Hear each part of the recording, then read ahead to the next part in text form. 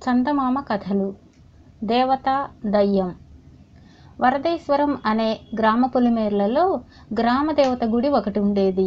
ఆ గుడికి పెద్ద మాన్యంతో పాటు దేవతకు చాలా విలువైన ఆభరణాలు ఉండేవి. నిత్యం వచ్చేపోయే భక్తులతో గుడి ప్రాంగణం కళకళలాడుతూ ఉండేది.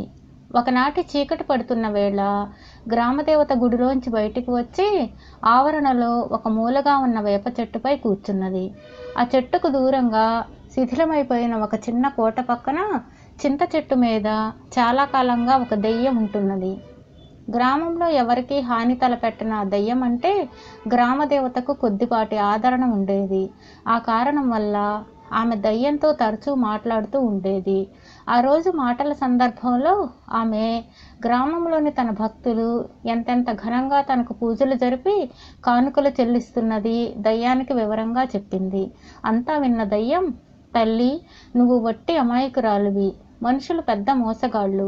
వాళ్లల్లో వాళ్లే కాదు, దేవుళ్లతో కూడా అవసరాన్ని బట్టి భక్తి గౌరవాలు కనబరుస్తారు. నిన్ను అడ్డం పెట్టుకుని నీ సొమ్ము తింటూ బతికే పెద్ద మనుషుల్లాంటి వాళ్ళు ఈ గ్రామంలో కొందరున్నారు అన్నది. ఆ మాటలకు గ్రామదేవతకు కోపం వచ్చింది. ఆమె దయ్యంతో, నీకు మనుషులంటే అక్కసు, అందువల్లనే ఇలా మాట్లాడుతున్నావు. నా భక్తులు నేను గీసిన గీటు దాటరని రుజువు చేయమంటావా అన్నది. ఆ సమయంలో గ్రామ భూత వైద్యుడు అక్కడికి వచ్చి గుడి చుట్టూ ప్రదక్షిణ చేయసాగాడు. గ్రామదేవత దయ్యానికి వాడిని చూపించి, వీడు ఎన్నాళ్ల నుండో నన్ను కొలుస్తున్నాడు. పాపం, చాలా బీదవాడు. ఈ రాత్రి ఇతన్ని అనుగ్రహించబోతున్నాను అన్నది. అలాగే తల్లి, వీడు నీ పట్ల ఎంత భక్తి గలవాడో పరీక్షించేందుకు నాకు అవకాశం ఇవ్వు. నేను వాడికి నా చేతనైన సాయం చేస్తాను అన్నది దయ్యం. ఆ రాత్రి దేవత భూత వైద్యుడికి కలలో కనిపించి తాను వాణ్ణి కటాక్షించినట్లు చెప్పి ఉదయాన్నే ఆలయ ధర్మకర్తను కలుసుకోమన్నది. తరువాత ధర్మకర్తకు కలలో ప్రత్యక్షమై భూత వైద్యుడికి ఆలయంలో లెక్కలు చూసే పని ఇవ్వమని ఆజ్ఞాపించింది. తెల్లవారుతూనే భూత వైద్యుడు ధర్మకర్తను చూడబోయాడు. ధర్మకర్త ఏమీ ఎరగనట్లే భూత వైద్యుడిని అడిగి సంగతి తెలుసుకొని, అయ్యో, అమ్మవారు నీతో అలా అన్నదా? నాతో ఆ తల్లి ముందుగా మాట మాత్రమైనా చెబితే బాగుండేదే. ఆ లెక్కలు చూసే పని ఒకళ్ళకి ఇస్తానని మాట ఇచ్చేశానే అన్నాడు. ఆ సాయంత్రం ధర్మకర్త గుడికి వెళ్ళి దేవతకు సాగిలబడి, అమ్మా, రాత్రి కలలో నేను నీతో మాట్లాడదాం అనుకునేంతలో మాయమయ్యావు. నేను నిన్ననే ఒకరికి మాట ఇచ్చాను. నీ భక్తులు మాట తప్పరన్న పేరుంది. ఇప్పుడు ఇచ్చిన మాట తప్పమంటావా అంటూ కన్నీళ్లు కార్చి వెళ్ళిపోయాడు. దేవత కరిగిపోయింది. ధర్మకర్తకి ఇంకాస్త ముందే చెబితే బాగుండేదేమో అనుకున్నది. భూత వైద్యుడికి ఆ పని ఇస్తే తాను సొమ్ము దొంగిలించడం సాధ్యపడదని ధర్మకర్త ఈ కపట నాటకం ఆడిన సంగతి దేవతకు తెలియదు. అదంతా దయ్యం గమనిస్తూనే ఉన్నది. ఆ రాత్రి అది భూత వైద్యుడి కలలో కనిపించి, నువ్వు నాకు పగవాడివైనా నీకు సాయపడదామని వచ్చాను. నేను ఈ ఊరి గ్రామాధికారి కూతుర్ని పట్టుకుంటాను. నువ్వు తప్ప ఏ మంత్రగాడికి లొంగను. నువ్వు వస్తేనే నేను ఆమెను వదులుతాను. జనంలో నీకు పేరుతో పాటు డబ్బు కూడా వస్తుంది అన్నది. భూత వైద్యుడు ఎంతో సంతోషంగా ఒప్పుకున్నాడు. ఆ మర్నాడే గ్రామాధికారి కూతురిని దయ్యం పట్టినట్లు వాడికి తెలిసింది. తన గొప్పతనం చూసేందుకు 1-2 రోజులాగి నెమ్మదిగా గ్రామాధికారి ఇంటికి వెళదాం అనుకున్నాడు వాడు. దయ్యం భూత వైద్యుడికి సహాయపడటం తెలిసి గ్రామదేవత వాడికి ఆ రాత్రి కలలో కనిపించింది.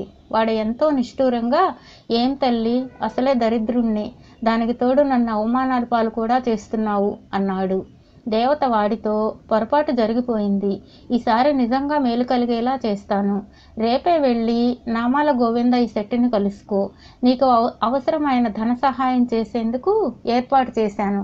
కానీ ఒకటి గుర్తుంచుకో, నిజంగా నా మీద నీకు భక్తి ఉంటే మరెవరి సహాయాన్ని ఆశించకు అన్నది. తరువాత దేవత గోవిందయ్య శెట్టి కలలో కనిపించి సంగతి చెప్పింది. శెట్టి ఎంతో భక్తిగా, నీ ఇష్టమే నా ఇష్టం తల్లి అన్నాడు. మర్నాడు భూత వైద్యుడు రాగానే శెట్టి మండిపడుతూ, పైసా పైసా కూడబెట్టి ఇంత వాణ్ణయ్యాను. ఈ దానం ధర్మం అనేవి మా ఇంటా వంట లేవు. అమ్మవారు ఇవ్వమనడం, నువ్వు రావడం, కావాలంటే ఈ కాలవరహా తీసుకుపో అని భూత వైద్యుడి చేతిలో చిన్న నాణం పెట్టాడు. భూత వైద్యుడు రోషంగా దాన్ని నేలకేసి కొట్టి ఇంటికి వెళ్ళిపోయాడు. తర్వాత గోవిందయ్య శెట్టి శుచిగా స్నానం చేసి ముఖాన ఇంతేసి నామాలు తీర్చిదిద్ది గుడికి వచ్చి అమ్మవారి కాళ్ళ మీద పడిపోతూ, తల్లి ఏం చెప్పేది, నా బతుకు పూచిక పుల్ల కన్నా లోకువైపోయింది. నా పెళ్ళాన్ని నమ్మి ఆస్తి అంతా దాని పేర రాశాను.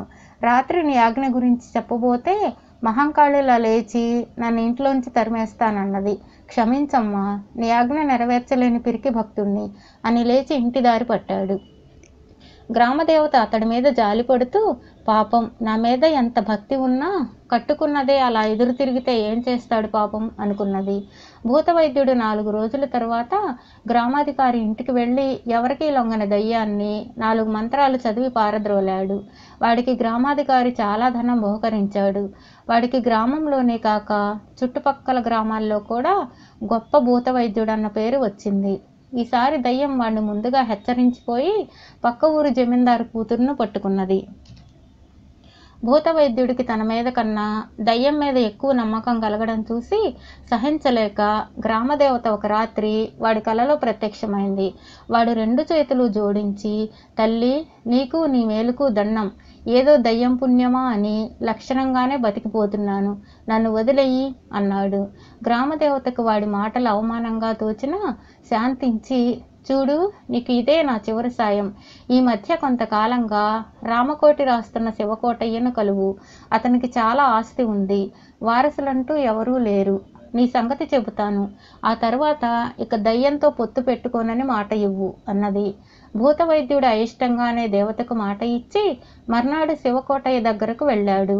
ఆ సమయంలో ఆయన దీక్షగా రామకోటి రాస్తూ భూతవైద్యుడిని కొంచెం ఆగమన్నాడు. ఒక పావుగంట తర్వాత ఆయన తల ఎత్తి భూతవైద్యుడికేసి వింతపడుతున్నట్లు చూస్తూ, రాత్రి అమ్మవారిని గురించి చెప్పింది. ఆవిడతో అనలేదు కానీ ఆవిడ్ని కొలిచినన్నాళ్ళు నాకు ఏదీ అచ్చిరాలేదు. ఇప్పుడు రామకోటి రాస్తుంటే ఎంతో మనశ్శాంతిగా ఉంది. ఇది పూర్తయితే ఇక పుణ్యానికి కొదవంటూ ఉండదు. నా ఆస్తి నాకు నచ్చిన వాళ్ళెవరికైనా ఇచ్చిపోతాను అన్నాడు. భూతవైద్యుడి అవమానంతో కుంగిపోతూ ఇంటికి వెళుతూ ఉండగా దారిలో జమీందారు నౌకరు వాడిని కలుసుకొని జమీందారు కూతురుకు దయ్యం పట్టిన సంగతి చెప్పాడు. వాడు సరాసరి జమీందారు ఇంటికి వెళ్ళగానే ఆయన వాడికి మర్యాదలు చేసి తన కూతురున్న గది చూపించాడు. భూతవైద్యుడి గదిలోకి వెళ్ళి తలుపులు మూయగానే జమీందారు కూతురును పట్టిన దయ్యం చప్పట్లు చరిచి కేరింతలు కొడుతూ, నాకిక్కడ చాలా బాగుంది, రుచికరమైన భోజనం, మెత్తని పరుపులు, నేనిక్కడే ఉంటాను, నీ దారిని నువ్వు వెళ్ళిపో అన్నది. దయ్యం ఇలా అనేసరికి భూతవైద్యుడికి నెత్తిన పిడుగు పట్టినట్లయింది. తన దయ్యాన్ని వదిలించకపోతే జమీందారు ఆగ్రహించి కొరత వేయిస్తాడు. దయ్యమేమో వదిలిపోనంటున్నది. ఈ చిక్కు నుంచి బయటపడటం ఎలాగో తెలియక వాడు దిగులతో ఇంటి దారి పట్టాడు. ఆ రాత్రి భూతవైద్యుడికి ఎంతకు నిద్ర పట్టింది కాదు.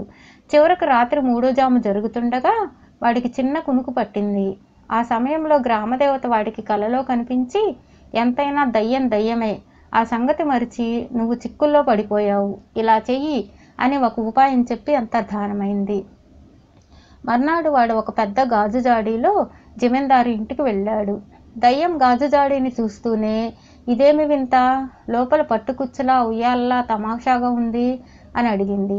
భూతవైద్యుడు అమాయకంగా ముఖం పెట్టి, రాత్రి మా గురువు ఘోరాటకుడు వింధ్యారణ్యాల నుంచి తిరిగి వచ్చారు. నా భక్తికి ఆతిథ్యానికి మెచ్చి ఈ జాడీ బహుకరించాడు. ఆ ఉయ్యాలలో కూర్చున్న వాళ్లకు కోరిన రూపం వస్తుంది. అయినా మనుషులు ఇంత చిన్న జాడీలోకి వెళ్ళలేరు కదా, దీనివల్ల ఉపయోగం ఏమిటా అని ఆలోచిస్తున్నాను అన్నాడు. దయ్యం చప్పున భూతవైద్యుడి చేతులు పుచ్చుకొని, దీనివల్ల నాకు చాలా ఉపయోగం ఉన్నది. నన్ను ఎంతో కాలంగా గొప్ప అందాల రాశి కావాలన్న తపన పట్టి పీడిస్తున్నది. నన్ను ఒకసారి గాజు జాడీలోకి పోయి కుచ్చుల ఉయ్యాలలో కూర్చొనియ్యి అంటూ పొగ రూపంలో జాడీలోకి వెళ్ళింది. భూతవైద్యుడు చప్పున జాడీ మూత బిగించాడు. జరిగిన మోసం గ్రహించిన దయ్యం కీచుమంటూ, ఇది ద్రోహం, అన్యాయం అంటూ గెంతసాగింది.